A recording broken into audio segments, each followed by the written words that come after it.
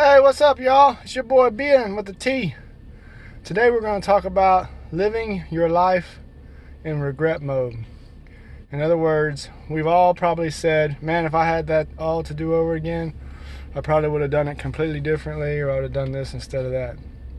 But here's where that's a fallacy. Okay, so think about the decisions that you made in your life and how many of them were decisions that you actually contemplated. Those decisions might be going to college, or taking a new job, or moving to another place, or something along those regards. And in those situations, you pondered the decision probably better than any other decision you made in your life. So you weighed all the goods and bads and pros and cons, and you made the decision that you thought was best at that time.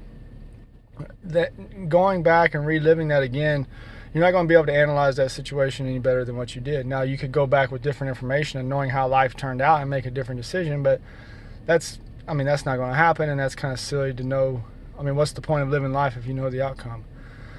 So the thing of it is most of the decisions that you made in life, particularly probably most of the bad decisions, you never really gave it any thought. Looking back on it, you can think, man, I wish I hadn't done that. But at that time, you were just living life.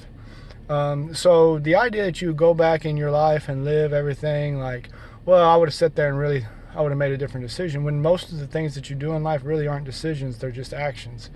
All the decisions that you made in your life that probably were of any kind of meaning, you contemplated and weighed the pros and cons of them.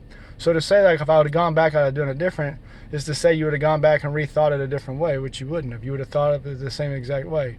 Very few things in your life really are like just black and white.